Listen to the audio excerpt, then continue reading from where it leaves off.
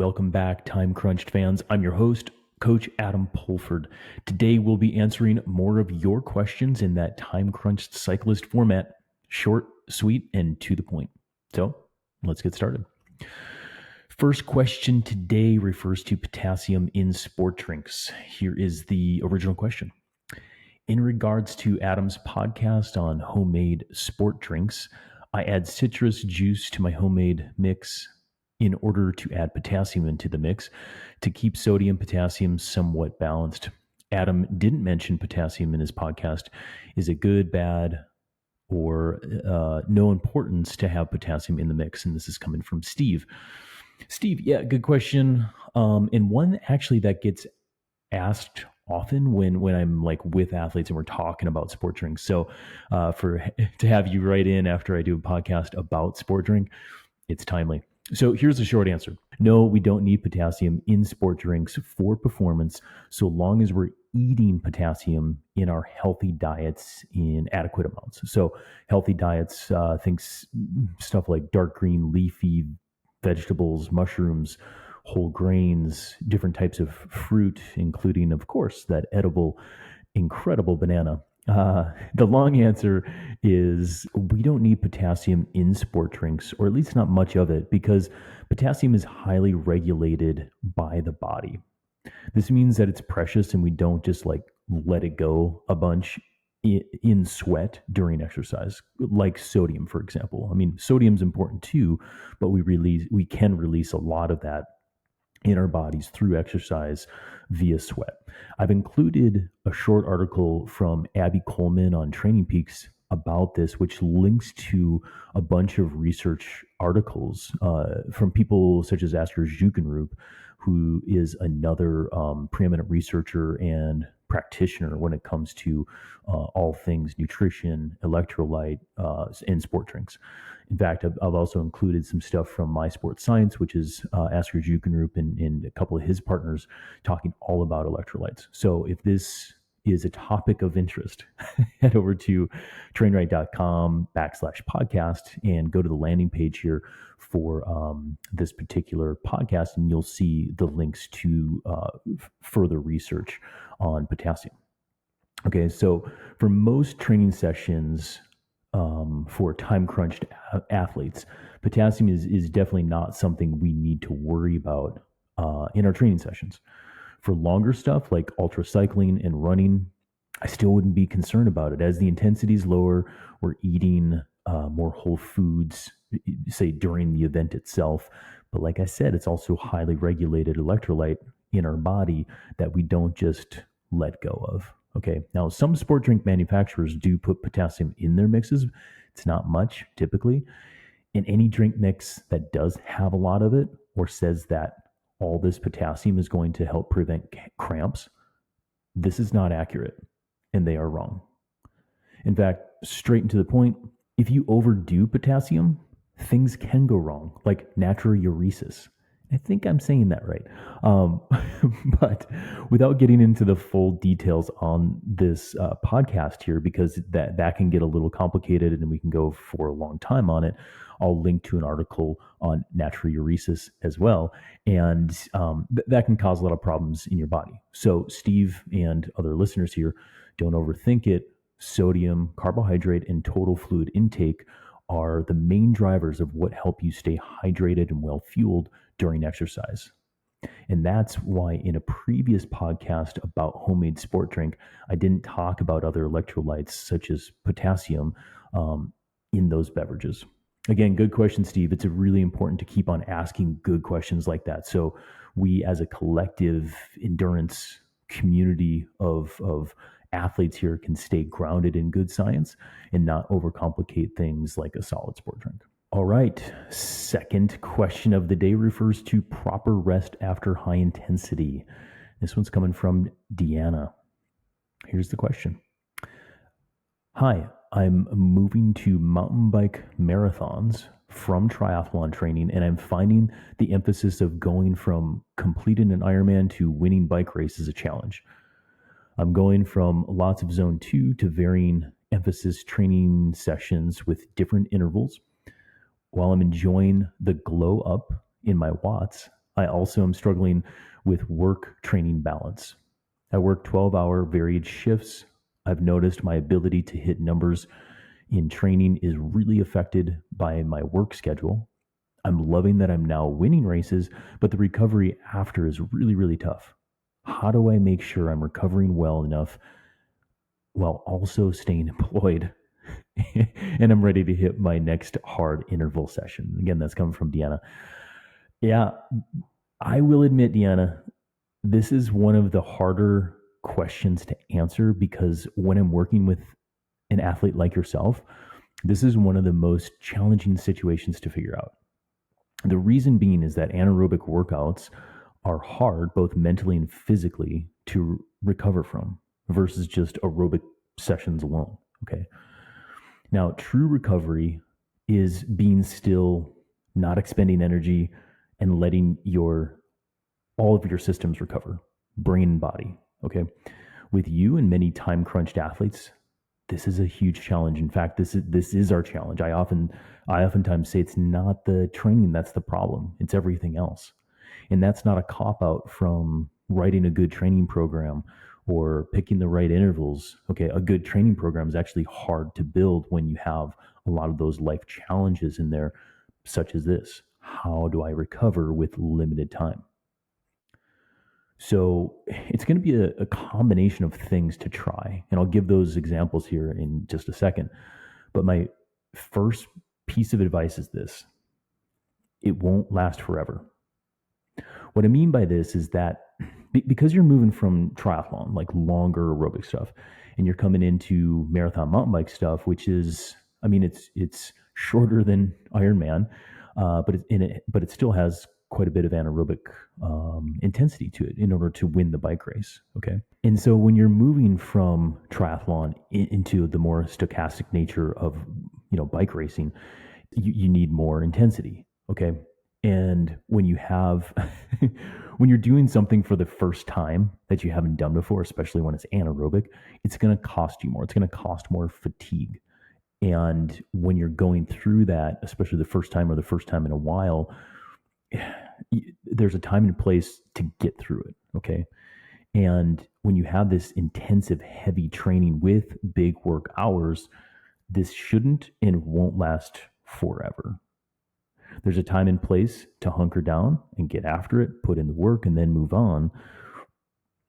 But I want to encourage you as an endurance athlete, which we normally really embrace the suffering and I can get through it. That's what makes us successful as athletes, but that can really crater us as well. Okay. So my first advice is, yep, it sounds like you're doing the right thing because of where you've been as an athlete, an aerobic athlete, and where you're trying to go as more of an intensive endurance athlete. So you're on the right track. Okay. So now let's kind of break this down into 3 or 4 kind of good pieces of advice that I would give you if I was working with you as an athlete. First thing, start with planning your recovery versus planning your training. Okay. And what I mean by that is maximize sleep for your best recovery. At least 7 hours of sleep if you can, 8 hours if you can, even more. And more sleep is really where I would start. Okay. That's the best form of recovery for any athlete of any type in any kind of situation. Full stop. Now, put in your days of rest. Now, when it comes to building your actual training, put in the days of rest, which means no training at all. And then even some days where you have no training and you also have no work. And this will be a complete reset. So you should have some days where you have nothing to do. Sleep in, be lazy, let your total system recover. There should be those days in your life. If there's not, put some in and you will start to have better success. Okay. This will also, by planning your rest days and planning your recovery, this will help you to organize your hard days so that you come into them as fresh as possible. And that's really my second point, is prioritize the intensity. So do a hard session after a rest day. In theory, if you take a rest day, at least to the point of no training, right? you should be more fresh that next day. I understand that your situation is you could have a hard 12-hour session with probably a ton of stuff going on. I mean, it could be an ER doc or firefighter or something like that where you can't control the fatigue that's occurring. But at least we took a rest day from training, and therefore we don't have as much stress coming into that day. So what I'm saying is whatever that rest day is, now plan a hard day after the rest day. And you should be more fresh. You should be ready to crush it in theory. Now, another time where you can prioritize intensity and plan on a hard day is put one of those hard sessions in on your day off from work. Okay, because you have less total stress going on. You have more time. If you can do it, I would train, and I would train hard on the day that you don't have work to do. Go for it, and probably add in a little bit of volume on that day as well, because we have recovery on the back. We have time to recover on the backside of that. Now, this it's kind of like this rhythm, or the method that I'm talking about here in training is really like polarized training. Okay, it works well in a situation like this where you have anaerobic intensity goals, and we have fatigue issues going on. Polarized training is a method to help you keep the hard days hard, the easy days easy. And, honestly, the Time-Crunched Cyclist method is essentially that. It's just very limited time. And so that recipe kind of shakes out to 2 or 3 times of intensity per week, 2 or 3 sessions or 2 or 3 days. Okay. And then the other days are aerobic in nature. Now, my third piece of advice is get your training done before work happens. If you can do it, for a lot of my time-crunched athletes, this is what I advise, is because work takes a lot of energy. Work takes a lot of time. So if we can prioritize our training sessions first when we have more energy and we have more time, you're going to set yourself up for a lot of success. So if you can, and this means, waking up a little earlier, which then means going to bed a little earlier, do it first thing in the morning, and it has nothing to do with burning more calories or being more metabolically efficient or anything like that. It's simply getting work done so that you can recover and move on with your day, and getting work done in a very efficient, high quality way. So get it done first thing if you can. Fourth piece of advice: maximize your post-workout recovery window, both physically and mentally. Now, don't think that you can really separate those two. You can't, even though I'd say coaches, athletes, podcasters, and all the people talking about it try to separate those two. Okay? So, along those lines, let's separate the two and then pull them back together. So first, physically. What I mean by this is if you work out in the morning, like I just described, you should then eat and drink within the first hour post-workout, so that your body starts to replenish the glycogen, hydration that you lost during the session, and then also put in some protein so it can do its rebuilding and repairing duties. Okay, you've heard of that recovery window that, depending on who you talk to, really about an hour. Some people say 45 minutes, some people say 30 minutes. The thing is your body, because of everything that it went through in the training process and the basically the glucose that's elevated in your body, and it's ready to receive nutrients. It's ready to rehydrate, okay? Because it just had a stress. It's now going to go into rest. And if you fuel up the tank afterwards, you're going to replenish and recover more quickly, okay? So that's my advice, is hit the recovery window with hydration and food right away after a morning session. Don't hit the morning workout and then just charge into work or life and think that, hitting a late breakfast once you're into the office or maybe an early lunch to save time, that's not adequate for an athlete. This will impair your recovery for sure.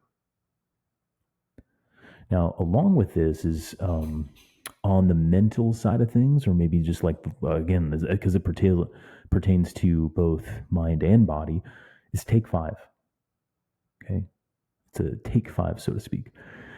What I mean by that is take 5 to 10 minutes right away after your workout to lay down, relax, shut your eyes, maybe elevate your legs, breathe, and relax.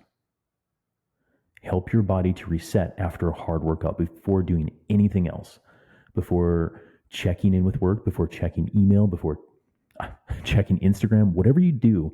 And I'm saying, like, even before that recovery window of food and drink and all this kind of stuff, take 5 minutes just to relax.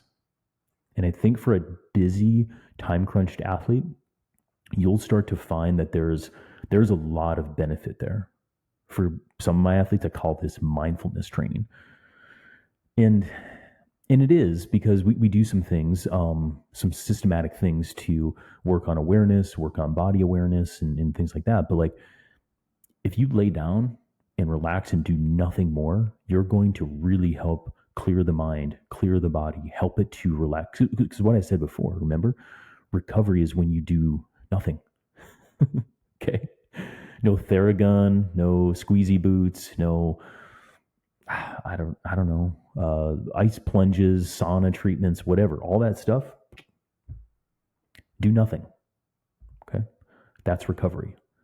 And the reason why I'm saying take 5 right after a hard training session is because it will start the recovery process and clear the mind more than anything. And especially versus just like trying to like soldier through the day.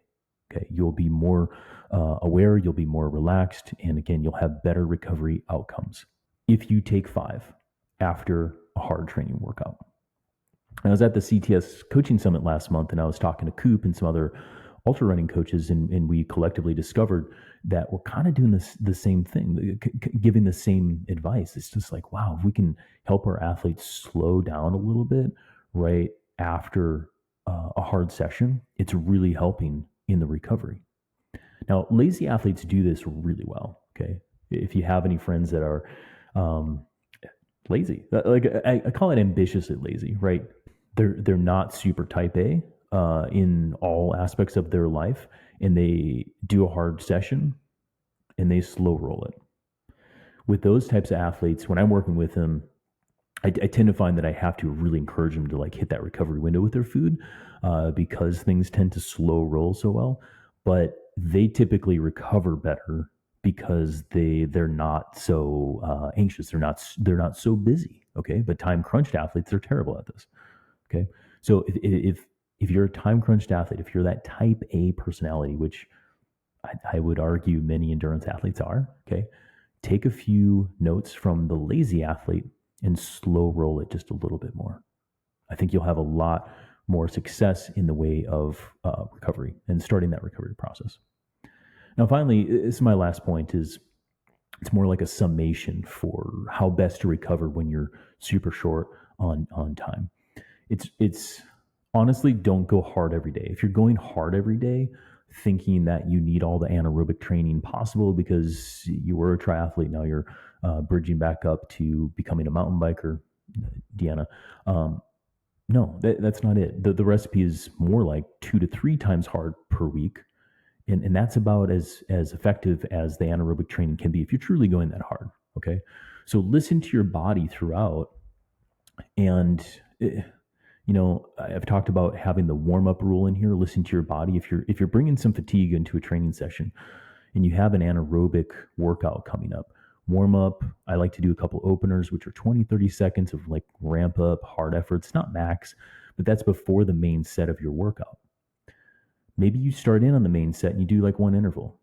And if you're listening to your body and you're like, whoa, my legs are just heavy, like I'm not hitting that power, or I'm hitting like the very low end of the power, and the perceived effort is like 2 numbers up from where it should, it's probably going to be a bad day. So I would shut things down and I would give yourself more recovery by not training the next day and then trying that hard session the day after that. So give yourself a couple days. And think outside the box a little bit more. So when I started to answer your question about, how do I recover and still keep employed and still keep on with my goals? Think about your recovery first. Plan your recovery next. Then plan in your intensity. Then plan in your endurance. Okay, so think about it in that way rather than looking at the training program and being like, how do I fit all this in? Because if you start with sleep and then rest and then intensity, it goes a lot better rather than starting with the intensity. Now, if you can't crack the code yourself on this, because this is very tricky, and I work with athletes daily on this, okay? If you can't crack the code yourself, or after listening to this podcast, maybe do a coaching consultation with one of our CTS coaches. This would logically be the next step if you don't have a coach. And and the reason why it's the next step is because it's going to provide more context around your situation and around your unique life, that a coach could then listen to and give you more granular answers and specific answers and suggestions to modify the training and recovery process for you. And yeah, we do consultations. I don't, if our listeners don't know that, we do, which means you don't have to be a coached athlete with us in order to, benefit from all the knowledge that we have. So there are great opportunities for self-coached athletes to just pick the coach's brain a little bit. And if you're stumped, or if you hit a plateau, if you got a training challenge like this, you can hire a coach for essentially an hour and have your questions ready to go, so that it's efficient on the time. But ask your questions, jot them down, and I think what I've found in working with athletes on consultations, and what I hear from my colleagues, is it can really help you break through some of those barriers and plateaus. So if it turns into regular monthly coaching after that, that's great, but that's not the intent. So just know that we do coaching consultations with athletes such as yourself, Deanna, in sticky situations like that. So in summary, on this podcast here, really good questions, by the way. And you all are like knocking it out of the park. I can't keep up with all the questions rolling in. So I'll keep just chipping away at them. But in summary, potassium, it's not needed in sport drinks, because it's so heavily regulated in our body as an electrolyte. Okay, we don't lose much of it through sweat. And as long as you're eating a healthy diet with potassium in it and taking a potassium supplement, which some athletes are, it's not an issue in the sport drink. You could cause some problems if you overdo it. So read that research and article links that I have in there. And then second point is, long work days and hard anaerobic training blocks are sometimes the trickiest scenarios to figure out. So hopefully I provided some solutions for everybody in that situation that's listening. And if you still can't figure out, we do consultations, and I would highly suggest picking up the phone and talking to a CTS coach if you need more information on that. So in closing, I want to thank you all once again for not only listening to the podcast, but sharing your questions, challenges, and curiosities by writing into us here at CTS. If you're new to the show, how you do this is you head over to trainright.com/podcast and click on the button that says Ask a Training Question. Your submissions get sent directly to me, and we'll do our best to answer it on upcoming episodes. That's it. That's our show for today. So if you like what you heard, please share it with a training partner or friend, as that's the best way to grow the show, and make sure you keep getting all the actionable training advice to help you reach your goals. Be sure to come back next week for more. And until then, keep getting out there and keep training right.